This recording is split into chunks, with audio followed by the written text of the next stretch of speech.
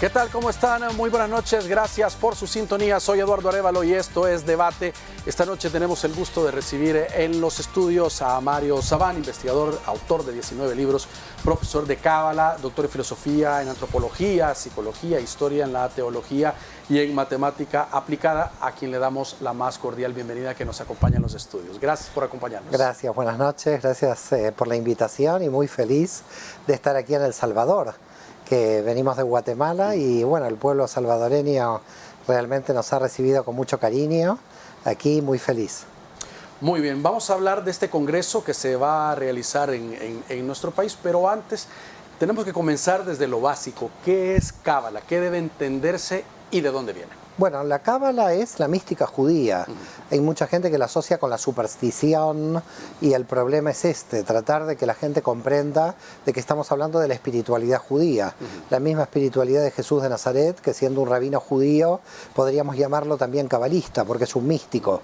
La Cábala se desarrolla durante siglos, casi 2300 años, más de 23 o 24 siglos. ¿Antes de Jesucristo? Desde aquí para atrás. Okay. Antes de Jesucristo estamos hablando de unos 3-4 siglos antes de Jesucristo. Ahora, el punto fundamental de la Cábala es ¿qué estudia? ¿Cuál es el mensaje? El mensaje es la comprensión del alma humana y la comprensión de cómo Dios creó el universo.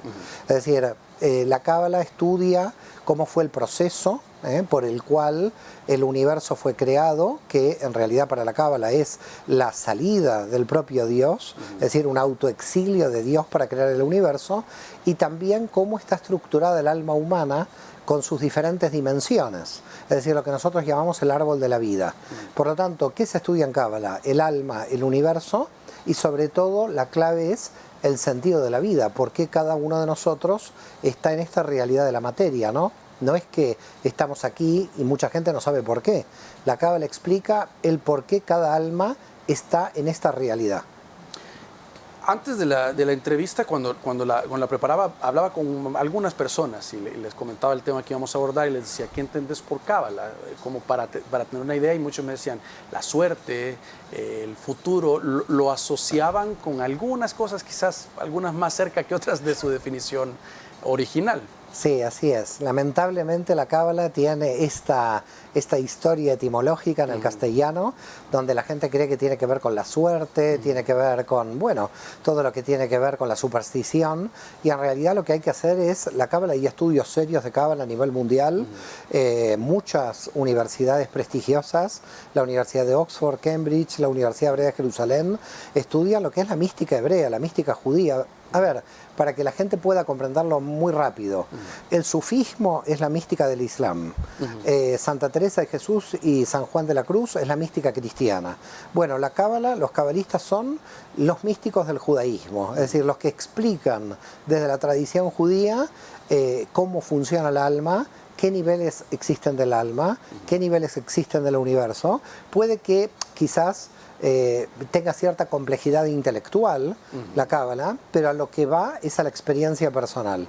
Es decir, en el fondo lo que trata de pensar la Cábala es por qué tú estás en esta existencia, por qué estás en esta vida, por qué te tocó la familia que te ha tocado, y sobre todo también un concepto muy importante de la Cábala es por qué existe el mal. Es decir, el mal no es un oponente de Dios para la Cábala, sino que es un enviado de la divinidad para ponernos obstáculos para crecer. Esto creo que es importante porque lamentablemente hay una idea del Satán, del diablo, sobre todo en la cultura que viene del cristianismo, donde la gente le tiene como miedo al diablo y además como termina Dios siendo impotente frente al diablo, ¿no? Porque nunca le puede ganar. Entonces, en la Cábala no, en la Cábala Satán es un enviado de la divinidad y el mal está para que nosotros podamos crecer. Es decir, el mal nos ayuda para nosotros seguir creciendo en el nivel de conciencia. Con ello se puede elevar precisamente el nivel de conciencia y crecer en un nivel espiritual. ¿De qué forma se puede lograr y llegar a ello? Bueno, mira, en principio lo que decimos es que hay 10 dimensiones. Por supuesto hay que hacer una explicación de por qué son 10 dimensiones, pero en cada nivel uno va creciendo. Nosotros tenemos un nivel material. La Cábala es una espiritualidad que no renuncia a la materia. Esto es también importante, porque hay mucha gente que dice, bueno, está en el mundo espiritual y entonces no voy a trabajar. No. Hay que seguir trabajando, hay que revelar la espiritualidad en la vida real. Y nosotros lo primero que tenemos es el cuerpo, nuestro alma animal. Es decir, el alma no es... está fuera del cuerpo, no hay una división entre alma y cuerpo, sino que el cuerpo también es nuestra alma en el nivel más bajo, en la densidad más baja. Entonces, primero hay que tratar de tener una buena conducta en el mundo de la materia y por lo tanto la conciencia se refina en nuestros actos de conducta. Luego hay un nivel más profundo, que es cómo refinar nuestros pensamientos y nuestros sentimientos. No tener envidias, no tener celos, porque hay muchos pensamientos y sentimientos muy negativos en las personas y las personas somos responsables de este nivel del alma. Hay otro nivel del alma más elevado, un tercer nivel, que es cuando ya entramos en la rotación del alma. Es decir, el alma para la Cábala viene de una vida pasada. Ahora, no es una creencia de la Cábala, sino una experiencia de los místicos judíos a lo largo de la historia, de que pudieron entender quiénes fueron en vidas anteriores.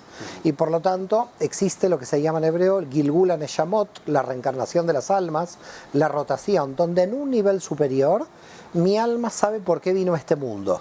Por lo tanto, ya para que la gente pueda comprenderlo, tenemos un nivel de conciencia animal o material, un nivel de conciencia psicológica y un nivel de conciencia que ya podríamos decir que está muy oculta, que es por lo cual nuestra alma vino a este mundo. Hay dos niveles de conciencia mucho más avanzados que nos acercan a la divinidad, raíces de energías y la unión con el todo, pero que ya es muy complejo para la gente del común. Lo importante es saber que hay 3 niveles básicos y en cada nivel, cuando uno trabaja ese nivel, aumenta el nivel de conciencia. ¿Qué podemos entender con claridad o cómo funciona uno u otro cuando nos referimos exactamente al alma? Hay algunos videos hace poco, no sé si truqueados o qué, hace poco veía alguno donde había una mujer en una cámara de seguridad que se veía que le daba un infarto y de repente describían en el video que se veía como que se separaba el alma de la persona, una especie de sombra. Algunos dicen eso es cierto, eso no es cierto. Bueno, desde el punto de vista de la Cábala, luego de la vida hay vida, es decir, el muerto no murió. En realidad los muertos somos nosotros, no los muertos. Los muertos para la Cábala quizás están más vivos que nosotros, porque viven en otro espacio y otro tiempo. Es decir, cuando nosotros tenemos la muerte física, hay una parte del alma que sale de nosotros, podríamos decir los nombres en hebreo, pero no quiero confundir a la gente. Lo que llamamos la Neshama, el alma que ha rotado, sale de nosotros y vive de otro lado. Y además, yo creo que la Cábala no es tan necesario que lo explique. Hay muchísima cantidad de experiencias en mucha cantidad de gente que al mes de la persona muerta, un esposo, un hijo, un padre, se comunica con la persona. Claro, si uno va a un psicólogo, el psicólogo le dice, bueno, estos son sueños, es su deseo de que su padre... A ver, si estos serían deseos, la información que esas almas nos pasan del otro lado no serían tan fidedignas. Además, las almas del otro lado nos pasan información del futuro. Entonces, a ver, alguien puede decir, bueno, esto no está en el texto bíblico, ¿no? Porque acá si no empezamos con los enredos.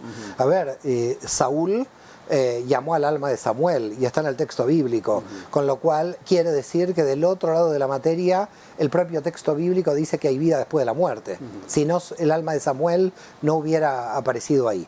Por lo tanto, hasta desde el punto de vista bíblico, sabemos que las almas existen del otro lado. Correcto. Sabemos que nos vamos a otro lado y de ese otro lado, fuera de la materia, también influimos sobre este lado. Es lo que nosotros en hebreo llamamos guías espirituales, que pueden ser físicos, es decir, un maestro físico puede ser un guía espiritual, o también un alma de algún maestro que murió o de algún familiar que ha muerto. Es decir, y vuelvo a reiterar, ¿no? no es necesario estudiar cábala para saber que familiares que han muerto se comunican con nosotros, porque en todas las culturas está esta experiencia. Ahora, leía que existe una cábala fundamental, intermedia y avanzada. Bueno, esos son niveles que nosotros hemos propuesto, sobre todo para el Congreso. Okay. Lo hemos dividido. Hay una cábala global. Lo que pasa que hay un nivel de cábala inicial donde a la persona... Claro, para un iniciado, ¿no? Donde se le explican los niveles del universo, los niveles de las almas, que son las dimensiones. Luego hay un nivel superior donde entramos en lo que se llama rotación de las letras hebreas, que tiene que ver con la gematría, con la numerología, pero no tiene que ver con la superstición, sino que tiene que ver con el sentido por el cual esa palabra apareció. Es decir, para tratar de explicar esto, en hebreo las palabras se pueden mover de un lado para otro. Se pueden cambiar las letras porque vienen de la misma raíz. Cuando vienen de la misma raíz y cambias las letras para un lado, aparecen de alguna manera un sentido positivo de la palabra, y si las das vueltas para otro aparece un sentido negativo. Pero más allá del sentido positivo o negativo de la palabra, lo interesante es ver que lo positivo y lo negativo tienen que ver con dónde se sitúa la energía en la realidad del espacio, en qué contexto. Es decir, si hay 3 personas rompiendo un auto, eso puede ser un delito o puede ser 3 personas que han sido contratados para romper el auto. Entonces, si han sido contratadas, es bueno. Si lo están rompiendo con violencia porque se lo quieren robar, es malo. Entonces, ¿qué es lo malo y qué es lo bueno desde el punto de vista de la cábala? Es dónde está situada tu energía. Si la energía de una persona está mal situada, eso es malo. Y si la persona lo sitúa bien, eso es bueno. Con lo cual la energía en sí misma no es buena ni mala. La energía es como la energía de la electricidad. Alguien pregunta, ¿la energía eléctrica es buena o mala? A ver, si a mí me ilumina, es buena. Pero si me dan una descarga, entro al estudio y me dan una descarga, digo, aquí no me reciben muy bien, esto es muy malo para mí. No me han recibido así, así que tranquilo. Por las dudas que aclarando el punto. Aclaremos el punto, que no me han hecho ninguna descarga, ¿no? Pero bueno, con las ideas que vamos a hablar en la entrevista, quizás cuando salga me tengo que cuidar de alguna descarga. No, muy bien. Vamos a hacer una pausa, la primera del programa. Hay muchas preguntas de cábala que vamos a estar formulando, por supuesto, en los siguientes bloques de la entrevista. Ya regresamos.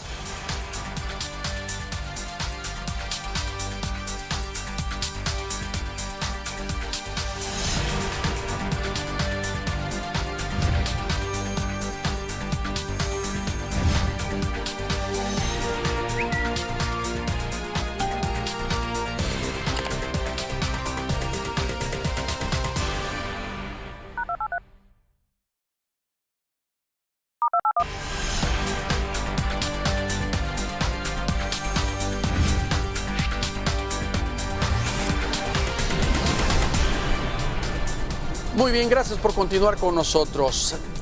Leía la importancia en varios de los textos que estaba revisando para la entrevista, cuán importante es para la cábala que las personas que estudian, o bueno, todos deberíamos de descubrir el sentido de la vida misma. Así es.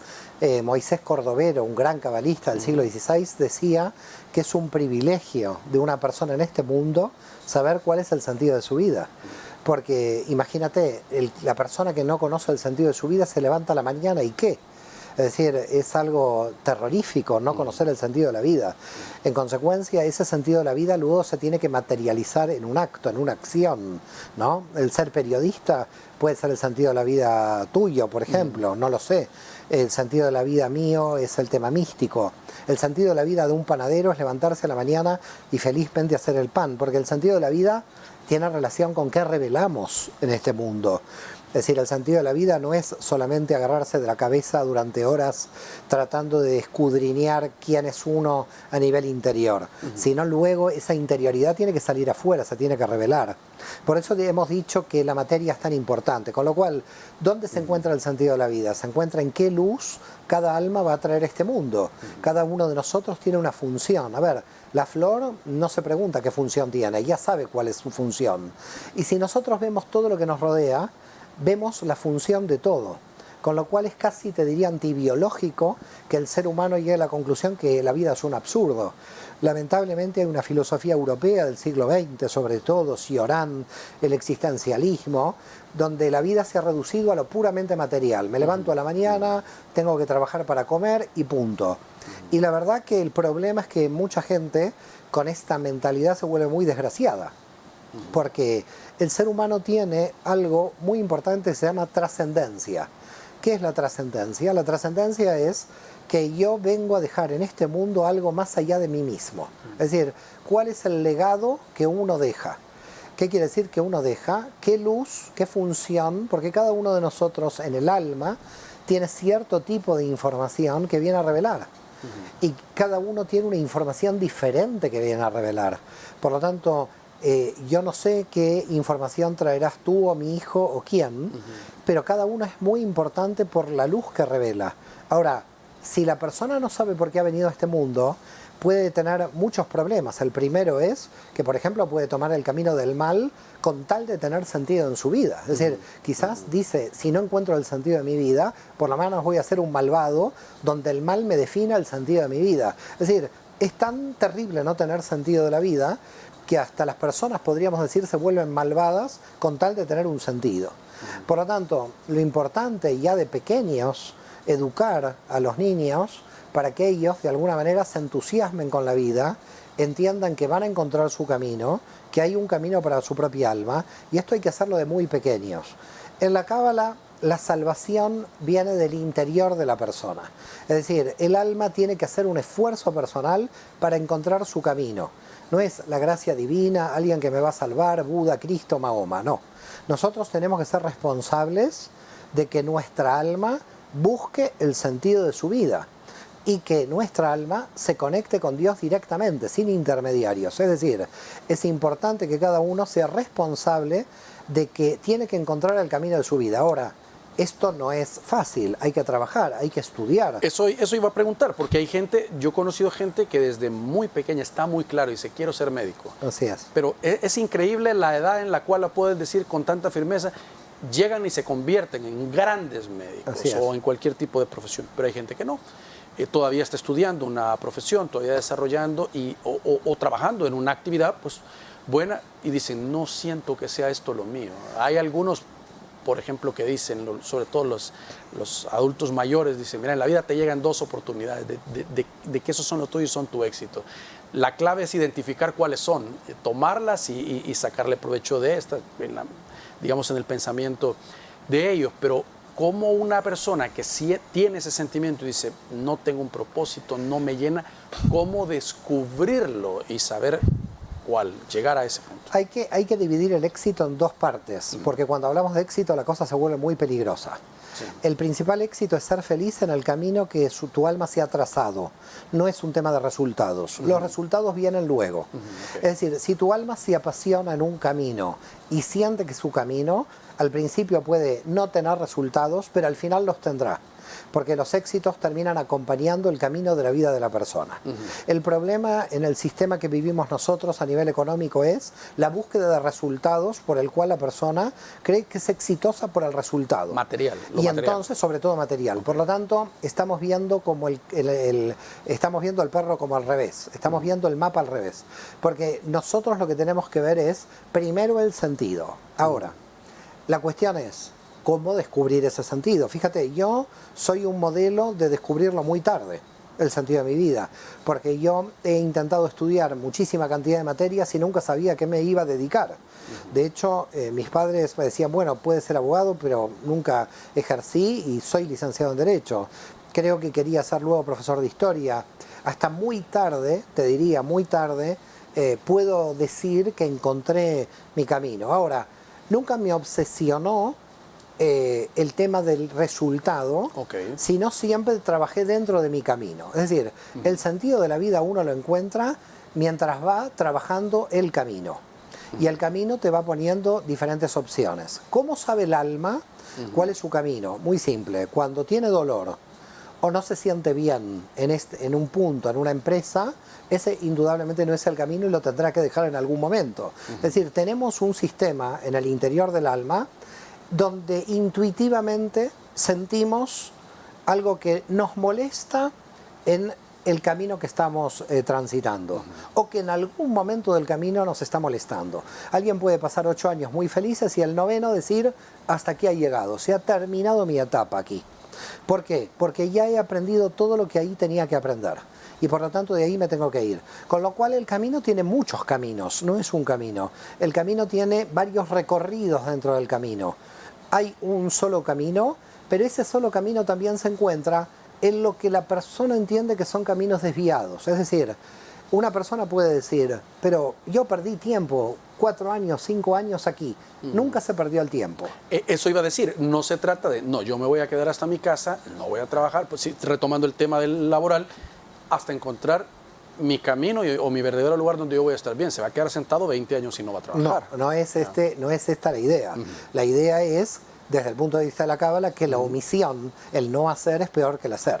Es decir, yo voy haciendo, me doy cuenta de que en un momento esta etapa de mi camino no es la que ya me resuena en mí, la que ya vibra en mi alma. Por lo tanto, entonces tomo la decisión y digo, bueno, tengo que revisar cuál es otra etapa de mi camino. Pero vuelvo a reiterarte que hay mucha gente que tiene la sensación de decir, he perdido tantos años. No sé, voy a poner cualquier ejemplo. Sí. He perdido tantos años en un noviazgo de 4 años, ¿ok? Porque el noviazgo se terminó. No, no has perdido 4 años. Has vivido esos 4 años de tu noviazgo aprendiendo con esta persona y luego eso se terminó. Que se haya terminado no es un fracaso. El éxito es que aprendiste en esos 4 años. El problema del ser humano es que empieza a pensar con la mente racional y cuando algo se termina parece que es un fracaso. Entonces quiere decir que la vida es un fracaso porque vamos a morir todos. Es un absurdo este planteo.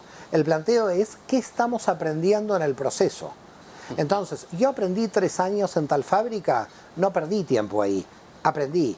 Ahora ya no me resuena, ya no vibro ahí. Entonces cambio. Cuando cambié, sigo en mi camino, pero vuelvo a reiterar, el camino tiene muchos recorridos, muchas etapas dentro y nunca la persona puede pensar que se ha desviado. Todo desvío del camino es parte del camino. Ahora, veía también que enseña al equilibrio de las emociones. Esto es una parte importante porque somos seres muy emocionales. Sí, y somos seres muy desequilibrados. Sí. Pero la cábala no enseña el equilibrio. La cábala enseña a ser feliz con nuestros desequilibrios. Es decir, cuidado. Es decir, los desequilibrios me tienen que permitir avanzar. Porque también hay 2 tipos de desequilibrios. Un desequilibrio es el desequilibrio que me está molestando y que me hace bucle y que no me deja salir adelante. Es decir, el desequilibrio que me trae mal, que me pone mal, es un desequilibrio, no sé, por ejemplo, una persona alcohólica es un desequilibrio y la pone mal. Si bebe 3 copas no es un desequilibrio. Entonces, ¿dónde está el problema? El problema está en que ese desequilibrio no te deja avanzar, te estanca en un punto. Ahora, imagínate que una persona está creciendo. Si yo crezco, voy a entrar en desequilibrio, porque todo crecimiento implica desequilibrio, pero no es el mismo desequilibrio que el anterior. Uno es un desequilibrio que me va a estancar en un punto porque me hace mal, y otro es un desequilibrio que me hace bien, porque cuando crezco, yo estoy desequilibrándome. Es decir, cada vez que uno crece, si una persona en una fábrica, en vez de tener 10 personas a su cargo, tiene 100, está mucho más desequilibrada, porque ahora tiene 100 potenciales problemas, y no 10. La pregunta es, ¿por qué entonces no queremos crecer? Porque la base del alma es el deseo de crecer. Es decir, nosotros no podemos no crecer. Vuelvo a reiterar que no es en el campo solamente material, es en el campo global. Entonces, nos levantamos a la mañana siempre con deseos. Me levanto a la mañana, no tengo ningún deseo, estoy muy mal. Porque quiere decir que ahí estoy ante un problema. El problema es que si no tengo deseos porque no he encontrado el entusiasmo por la vida. Entonces, nos levantamos a la mañana siempre con un deseo natural. Puede ser deseo, no quiero ir al trabajo también. Es decir, me cansé de ir a trabajar. También es otro deseo. Pero si aparece ese deseo, tendría que formular la pregunta de que tendría que cambiar de trabajo, de que no me hace feliz ese trabajo y de que no tengo que a veces tener miedo a la cuestión económica de plantear de que si dejo este trabajo mi familia no puede comer. En algunos casos es verdad, no hay que salir de la realidad, pero en la gran mayoría de los casos en la vida hay que ser valiente y realmente apostar en donde tu alma resuena, donde tu alma vibra, donde vas a ser feliz. Digamos, este tipo de enseñanzas es exclusivamente para alguien del judaísmo o de repente alguien de una religión católica, cristiana u otro tipo puede decir, a mí me interesa y quiero conocer más de Cábala. Todo el mundo puede estudiar la Kabbalah, es decir, no es necesario pertenecer a la religión judía. De hecho, en el cristianismo, si alguien lee el Apocalipsis, es un libro de Kabbalah. Poca gente sabe que, por ejemplo, el Apocalipsis en el Nuevo Testamento es un libro de mística judía. Lamentablemente hay mucha ignorancia de no saber de qué se trata el Apocalipsis, porque quizás es el último libro del Nuevo Testamento, ya nadie llegó a leerlo, ¿no? Esto también pasa. O da temor. O da temor porque hay numerología, las 7 trompetas, los 144.000. Fíjate que tiene todo que ver con numerología. Entonces, claro, a veces en el cristianismo hay cierto prejuicio de decir, no, la Cábala es numerología. Y fíjese, el Apocalipsis está lleno de numerología, con lo cual ahí podrá ver numerología lo que quiera. Entonces hay que tratar de estudiar un poco más, darse cuenta de que a veces venimos con una cultura... Todos, ahí un poco ignorante, todos estamos en esa ignorancia, todos juntos, y para salir de esa ignorancia nos tenemos que dar cuenta a nivel universal que el alma humana, a pesar de tener diferentes culturas, es la misma alma. Es decir, alguien está en el judaísmo, en el cristianismo o es ateo, el ateo sigue teniendo alma. Lamento que muchos líderes religiosos entiendan que los ateos casi no tengan alma. Pero bueno, este es un problema de los religiosos, no de los ateos, todos tenemos alma. Muy bien. Tenemos que hacer una nueva pausa, por favor, acompáñenos. Ya volvemos.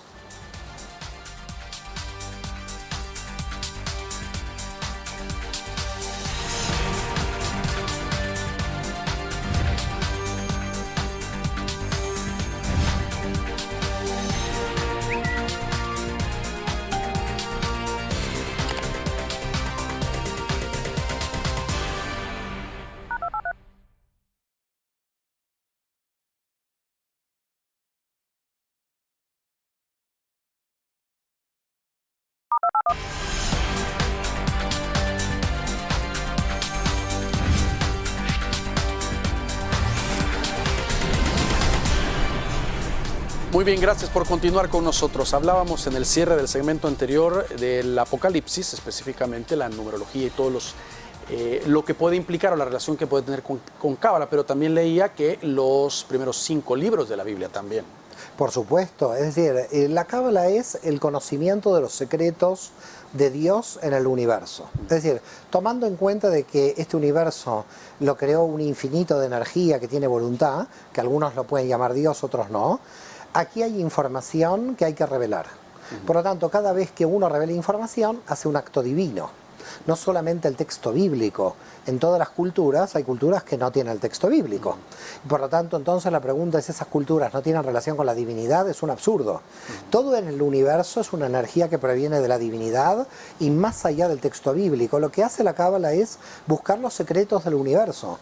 La Cábala, por ese motivo, podríamos decir que es científica en un punto, porque toda la información que hay en la realidad, la cosmogonía, la arquitectura, el arte, todas las disciplinas corresponden a la sabiduría divina. Es decir, estamos tratando de entender cómo este universo funciona y no solamente es la teología la que nos permite conocer esto. Pensar que vamos a conocer a Dios a través de la teología o la creación divina a través de la teología es un absurdo.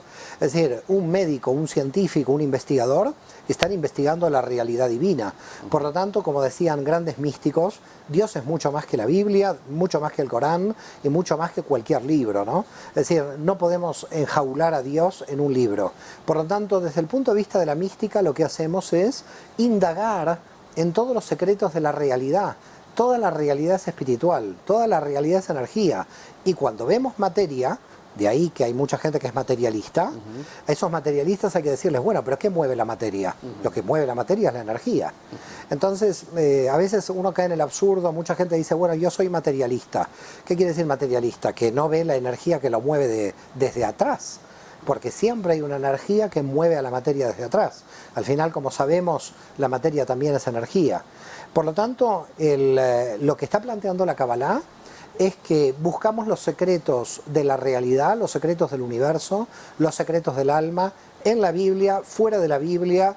Dios es mucho más grande que la Biblia y lo que buscamos es una comprensión global de todos los secretos que no sabemos. Ahora, la verdad que el universo no tiene secretos. Tiene secretos porque nosotros somos limitados. Los secretos nacen de nuestra limitación. Como nosotros somos limitados, aparecen los secretos. Pero el universo no tiene nada secreto, está todo revelado. El problema es que no está revelado para nosotros en nuestras limitaciones. Ahora, de este lado del mundo, mucha gente dice, quizás por las mismas religiones, no se debe buscar un entendimiento mayor, esto es peligroso, mejor quédate con el dogma y hasta ahí. Bueno, hay gente que con el dogma es feliz, cree en un dogma, cree que alguien lo viene a salvar, y me parece que si es feliz, mejor no tocar a esta gente.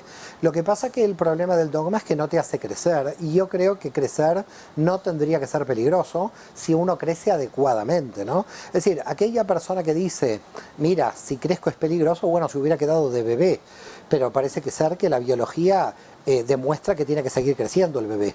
Entonces, que yo sepa, no todos somos bebés. Es decir, una persona que dice no quiero crecer va contra la naturaleza, porque todo en la naturaleza crece. Es decir, una persona que no quiere crecer, que vaya y mire los árboles como crecen. Los árboles no deciden no quiero crecer más, al final mueren. Quiere decir que cuando una persona tiene un dogma y dice no crecer, ha muerto. Veía también que decía que el Cábala hace pensar más en el futuro dejando el pasado. Es decir, no, para nada. ¿No? Nosotros pensamos en pasado, presente y futuro. Okay. Lo que pasa que el problema es que pasado, presente y futuro están todos juntos en la matriz. Okay. Es decir, estamos ante ya un problema intelectual, si se quiere, pero también tiene que ver con la experiencia de que el futuro, el pasado y el presente en un nivel se unen en un punto. Y es un punto continuo. Es decir, hay un presente continuo, porque presente perfecto no hay. Digo, hoy, ahora, y se termina hoy, ya es pasado. Entonces, el presente se me escapa en todo momento. El futuro, cuando yo digo, puedo ver el futuro, no es que veo el futuro.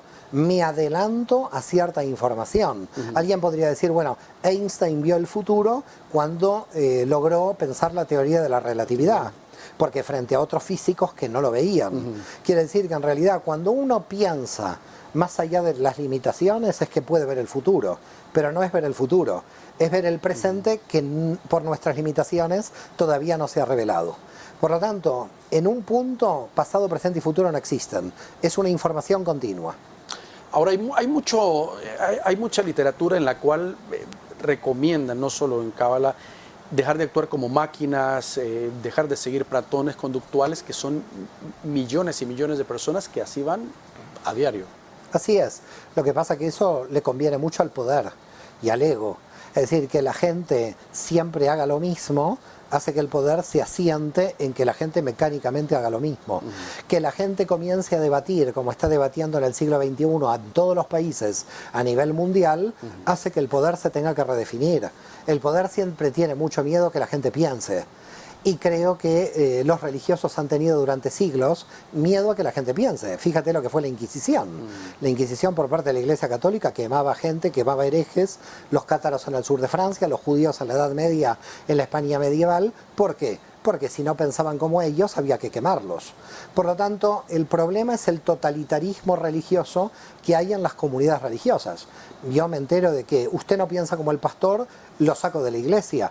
Eso realmente es una aberración. ¿Qué tipo de amor al prójimo hay en expulsar a una persona de la iglesia? Me está demostrando de que amor, ahí no hay nada. Entonces, claro, alguien que me dice amor a Dios y te quemo por la Inquisición, o me dice amor a Dios y te expulso de una comunidad, la verdad que el amor a Dios lo tenemos feo. Muy bien. Doctor, ¿qué tan importante es el aprendizaje? Es decir, la lectura, documentarse, tanto hacerlo de forma independiente o mejor de forma colectiva, a través de grupos. Por supuesto, es clave el proceso intelectual, el proceso de búsqueda de conocimiento, pero tiene que tener cierta orientación la persona porque puede leer libros que no entienda. Porque no hay libros muy complejos dentro de la espiritualidad judía y lo mejor es empezar, podríamos decir, por el ABC, ¿no? Que es una dimensión, que es el árbol de la vida. Por eso nosotros ponemos en los congresos, en los seminarios, en general ciertos niveles, ¿no? El nivel inicial, el intermedio y el superior para que la gente pueda tener también bibliografía, libros en ese nivel, para que pueda ir avanzando yo diría de a poco, porque hay que avanzar de a poco. Si se avanza muy rápido, la gente se encuentra estancada porque son muchos conceptos muy complejos. Entonces, se avanza de a poco y se avanza sobre todo con la felicidad de que ese avance sea un avance que integre los conocimientos. No es solamente leer y me leí un libro de 200 páginas en un día. En la espiritualidad la experiencia es clave. Yo tengo que esto que estoy leyendo, tengo que hacerlo entrar en mi vida. Por eso cuando una persona ya es madura, luego de los 40, puede comprender mejor la espiritualidad. Ya alguien lo envidió, alguien lo traicionó, ya conoce el mal cómo funciona, ya se autoconoce un poco mejor a nivel de autocontemplación. Entonces lo que va a leer no es algo teórico, es algo que tiene que ver con la experiencia personal. Por eso yo diría, cada vez que uno está leyendo espiritualidad, ver cómo funciona en mi vida diaria, ver cómo funciona en lo cotidiano. Si es una teoría en el aire, en la nebulosa, que no tiene nada que ver con lo cotidiano, eso ya es sospechoso de que ahí no estamos haciendo las cosas bien y que a veces la mente entra en bucle y trata de crear teorías de autoengaño. Hay muchos autoengaños de la mente para no ver la realidad. Lo bueno que tenemos es que el alma, frente a una mente que hace autoengaños, sufre y quiere liberarse de los autoengaños. Por lo tanto, a todos aquellos autoengañados que nos están escuchando, decir que si alguien sufre no es malo porque el alma está tratando de salir de ese sufrimiento. Ahora, en realidad nadie lo obliga a uno a hacer un tipo de lectura como esta, sino que es de forma voluntaria, como usted decía. Es más fácil decirlo que aplicarlo, pero realmente de eso se trata, o sea, adquirir conocimiento y llevarlo a la práctica. Bueno, fíjate Yoshua de Nazaret, ¿no? Hagan lo que dicen, pero no lo que hacen. Porque cuando en el hacer fallaban y no podían hacer lo que querían decir. Así que a veces los sermones son muy lindos, pero luego hay que ver la actitud del que está sermoneando, ¿no? Porque si eso no está en equivalencia, lo que pensamos teóricamente con nuestra experiencia, bueno, no intencionalmente estamos desequilibrados, pero a veces la mente llega a niveles muy grandes, porque se llega a la hipocresía. Se llega a la hipocresía de estar viviendo una doble vida. Es decir, hay gente que piensa que está haciendo las cosas bien y luego en la realidad se está realmente equivocando. Pero no está mal también, porque las equivocaciones son también parte de la experiencia. Eso iba a preguntar, ¿qué dice la Cábala respecto a esto? Digamos, no una doble vida, sino la experiencia misma del día a día donde trato de aplicarlo, no me sale, vuelvo y estoy en ese, que humanamente de repente a veces uno dice, pues entonces mejor no puedo, no tengo la capacidad y sí. Tiende a frustrarse. Mire, si alguien dice no tengo la capacidad, un creyente no puede decir no tengo la capacidad porque un creyente dice Dios me puso a mí la fuerza y tengo la capacidad. Así que la persona que dice no tengo la capacidad, bueno, puede ser no creyente. Pero no puede existir un creyente que dice no tengo la capacidad, porque es un contrasentido. Sí. Todos los que estamos en conexión con Dios sabemos que tenemos la capacidad. Y si no se puede revelar por algún motivo de la realidad, aceptamos que no se puede revelar. Es decir, lo bueno de ser feliz es que uno acepta lo que no puede cambiar y lo que puede cambiar lo cambia. Con lo cual está en una felicidad continua. Si una persona es infeliz, quiere decir que no acepta lo que no puede cambiar y a veces tampoco cambia lo que sí puede cambiar. ¿Cambiar en qué sentido? A mí no me gusta hablar tanto de cambio. Me gusta hablar de revelación del potencial. Es decir, nosotros creemos que cambiamos, pero estamos en realidad camino a nuestra esencia. En realidad no estamos cambiando. Lo que estamos haciendo es caminar a nuestro potencial, a descubrir nuestro potencial. Por lo tanto, mientras más confío, y fíjese que de confianza viene fe, porque la gente asocia mal la fe. La fe es algo muy raro. Casi la fe se asocia a la ignorancia. Tengo fe porque no pienso. ¿Y esto qué es? Ignorancia, no es fe. Fe es algo totalmente diferente. Fe es confiar en que tengo las fuerzas para seguir adelante. No es la ignorancia. Y para confiar que tengo las fuerzas, las tengo que conocer esas fuerzas. Fíjate que el concepto de confianza es conocer las fuerzas que tengo. La gente dice, tengo fe, ignoro. ¿Cómo ignoras? Si no conoces la fuerza que tienes, eso no es fe. Así que primera cuestión importante desde la Kabbalah, alguien que dice tiene fe, no tiene que decir soy ignorante. Porque si está diciendo que es ignorante, esta persona no tiene fe. Lo que está haciendo es morir, es decir, no quiero crecer. Esa es una fe falsa. una fe disfrazada, una ignorancia disfrazada de fe. Muy bien, vamos a hacer la última pausa del programa. Por favor, acompáñenos. Ya regresamos.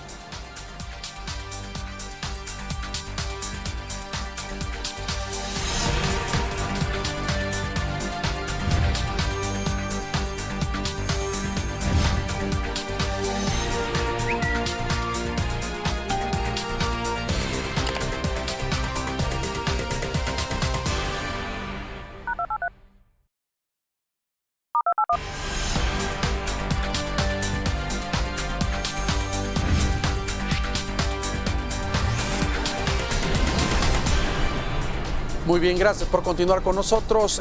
Doctor, nos decía al iniciar la entrevista que vienen de Guatemala. Así es. De un congreso también. Así es. Estamos de viaje con mi esposa, Marisa Ventura.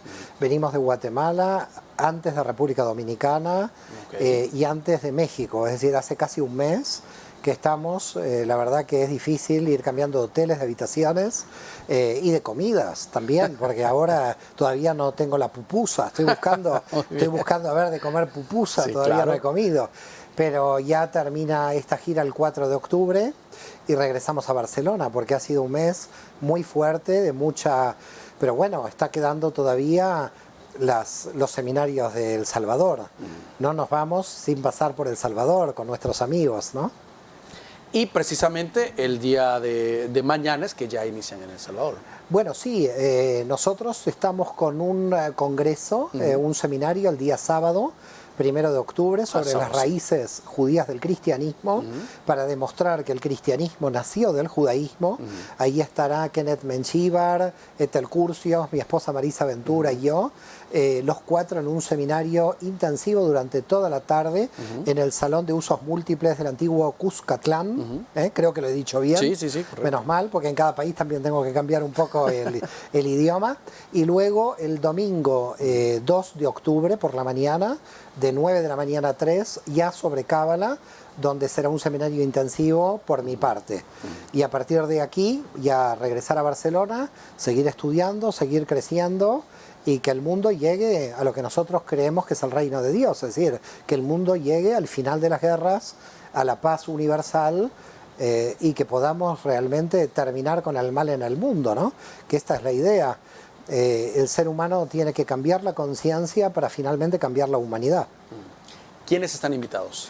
Están invitados todos los que quieran venir, por supuesto. La verdad que para nosotros un placer muy grande. Ya hay más de 200 personas apuntadas, con lo cual hay que ver el límite de la sala. No sé cuál es el límite, pero están todos bienvenidos. Muy felices de recibir a todos y como dije, ¿no?, en la entrevista, de todas las creencias, ateos, agnósticos, de todas las ideologías políticas, de todas las religiones. Al final lo que buscamos es que el alma sea feliz y que se eleve en el nivel de conciencia. El tipo de aprendizaje de Cábala ha ido creciendo mucho a nivel mundial, siempre ha sido grande, pero hoy se ha visto mayor interés y aprendizaje. He estado viendo los cursos donde usted ha estado impartiendo y siempre llega mucha gente con ansias de aprender. Cada vez hay mucha más gente, cada vez hay más gente porque en realidad hay una época que ha terminado, hay un tipo de mentalidad religiosa que ha terminado. Viene un mundo espiritual no religioso. Es decir, hay una liturgia mecánica, como decíamos antes, que se está terminando, hay un tipo de ignorancia que se está terminando y creo que vamos a vivir tiempos muy interesantes, probablemente también un poco convulsos, porque el poder religioso va a desaparecer. No va a ser en un año, no va a ser en 2 años, pero a la gente le es muy difícil seguir dogmáticamente a un pastor, a un rabino, a un clérigo. Ya básicamente la gente no quiere que le mientan más. ¿Habrá literatura también en el Congreso? Es decir, para que alguien que llegue pueda quedarse después de la participación con libros que le puedan ayudar. Por supuesto, tenemos un libro muy importante que es Jesús y la Cábala, donde explicamos profundamente cómo todo el pensamiento de Jesús proviene de la mística judía, y otros varios libros para que la gente pueda de alguna forma tener un pequeño camino, una pequeña orientación. Usted ha escrito 19 libros, doctor. Bueno, eso dicen. Muy bien, ¿desde cuándo? Bueno, mi primer libro fue a los 23 años. así que ya tengo 56, con lo cual, sí. Lo importante no es la cantidad de libros que yo creo que uno escribe, lo importante son las ideas. A veces uno puede escribir un libro con una excelente idea y ese libro vale para siempre, ¿no? Por ejemplo, un autor como Schopenhauer escribe De la voluntad y la representación, casi su magna obra, y se lo recuerda solo por ese libro. A veces no se necesita tener tanta cantidad de libros, a veces lo más importante es la idea, no la cantidad. ¿Cuál recomiendan? Aparte de los 19, o sea, ¿cuál de ellos? De repente alguien que quiera iniciar ya... Yo en general no recomiendo ninguno porque la gente se desequilibra mucho con mis libros, pero si la gente quiere crecer los recomiendo a todos. Muy bien, el día sábado pueden llegar directamente al Congreso, inscribirse ahí, o lo pueden hacer ya desde este momento a través de plataformas. Sí. Hay un email que es cabaladelreino@gmail.com, donde la gente puede escribir allí y, bueno, ver si hay sitio. Es preocupante porque, bueno, la sala, como le dije, es limitada, pero veremos de, bueno, recibir a todos aquellos que quieran participar. Ahora, hay grupos, hay personas que estudian cábala, si se ha enterado usted, en El Salvador. Sí, hay un grupo muy fuerte de SOT 22 en El Salvador, dirigido por Ethel Curcios y Kenneth Menjivar. Aquí hay gente muy, Rosa Morán, hay muchos amigos. También este Congreso de El Salvador, seminarios de este fin de semana, va a venir gente de Panamá, de Costa Rica, de Miami, prácticamente, de hecho, casi se vuelve un congreso internacional o centroamericano. Pero la verdad que estamos muy felices. Avanza la espiritualidad en todo el mundo, y que avance la espiritualidad en todo el mundo creo que es una buena noticia. En griego, un buen evangelio sería, porque al final buena noticia es evangelio. Una buena noticia, como decimos en hebreo, besorá. La buena noticia es que el alma humana se quiere conectar directamente con Dios. Esta es la buena noticia. No hay que pagar peaje, no hay que tener intermediarios, ¿no? Siempre el peaje, el diezmo de aquí, diezmo de allá. Una persona desde su casa puede orar directamente a Dios y no diezmar a nadie. Pero, claro, hay negocios en el medio y la gente, siempre nos encontramos con el poder. Ahora, estamos viendo situaciones pues complicadas a nivel mundial, una guerra de Rusia en Ucrania y otro tipo de conflictos internos en los países. Llegar a un tema de espiritualidad pues puede ayudar al mundo a superar o pasar la página en este tipo de acontecimientos. Totalmente. La guerra es algo totalmente diabólico, algo que no puede existir en esta realidad. Es decir, mandar a los jóvenes a la muerte, porque si el señor Putin quiere ir a la guerra, que vaya y que haga un duelo él, pero que no mande millones de jóvenes a la guerra. Me parece que es totalmente inmoral la guerra. Totalmente inmoral. Tendríamos que tener un nivel de conciencia donde esto no pase, pero sigue pasando, lo cual demuestra el bajo nivel de conciencia que tenemos. Mire, a mí muchas veces me preguntan, ¿usted cree en los extraterrestres? Yo digo sí, yo creo. ¿Sabe por qué? Porque no han contactado con nosotros, porque con nuestro bajo nivel de conciencia nadie querrá contactar con nosotros. Es decir, los seres humanos estamos ante un muy bajo nivel de conciencia. No pueden seguir existiendo guerras, no pueden seguir existiendo armas, unos matándonos contra los otros. Todos somos imágenes de Dios. Cualquier persona que nos envía a la guerra es una persona que está desconectada con la divinidad. ¿Cómo se cambia eso?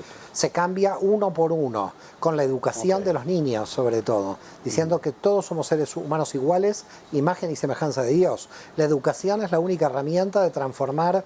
El reino no viene sino por los niños. Nosotros ya somos una generación que vamos a morir en el desierto, como fue con Moisés. Moisés tuvo que tener una generación que murió en el desierto. No podían entrar esa gente esclava que seguía pensando como esclavos a la tierra prometida. Los que podían entrar eran los que habían nacido en el desierto. Nosotros ya no vamos a entrar en la tierra prometida, pero tenemos que hacer que las nuevas generaciones entren a la tierra prometida. Ahora, hay muchas corrientes que dejan a manos de las universidades, de los colegios, la formación y el tema de la educación en valores y todo esto a los niños. Hay otros que creemos que esto comienza en casa. Totalmente, todo comienza en casa y todo termina en casa. Nosotros tener que pagar a las universidades y a los colegios para que hagan el trabajo de los padres es un absurdo. Es algo totalmente irregular. Es decir, todo comienza en casa. El nacimiento comenzaba en casa, lo enviamos al hospital. La educación era en casa, la mandamos al colegio. La muerte era en casa, la mandamos al hospital también. Todo lo hemos sacado de la casa. Es totalmente antinatural lo que hemos hecho. Hemos sacado la realidad de la vida de la casa. Y esto tiene que volver a la casa. Ahora, el concepto me llama la atención. Hay mucha gente que dice, cuando cambien ellos, cambio yo. Cuando se mueve el mundo, me muevo yo. Esto se debe de empezar a cambiar lo que no nos gusta uno por uno. Uno por uno. Es un trabajo muy lento, porque tendrá que ser un trabajo de uno por uno. El trabajo de uno por uno indudablemente es lento, pero es el más eficaz. Es decir, usted puede cambiar de sistema económico, puede pasar de cualquier sistema económico de derecha a izquierda, la persona no cambió, es lo mismo que nada. Es lo mismo que una persona malvada. Una persona malvada se hace budista, es malvada. Se hace judío, es malvada. Se hace cristiana, es malvada. El problema es la maldad que tiene dentro. Entonces, las religiones han sido barnices de la gente. Nos han barnizado, creyendo que con el barniz la gente iba a cambiar. No, hay que cambiar en lo profundo, no hay que cambiar el barniz. Usted cambia a Jesús por Buda y no cambia nada. Usted tiene que cambiar en el interior. Muy bien. Doctor, gracias por acompañarnos esta noche. Al contrario, un placer muy grande. Y gracias a ustedes por su sintonía. Que descansen en su cita con nosotros el día de mañana. Les esperamos.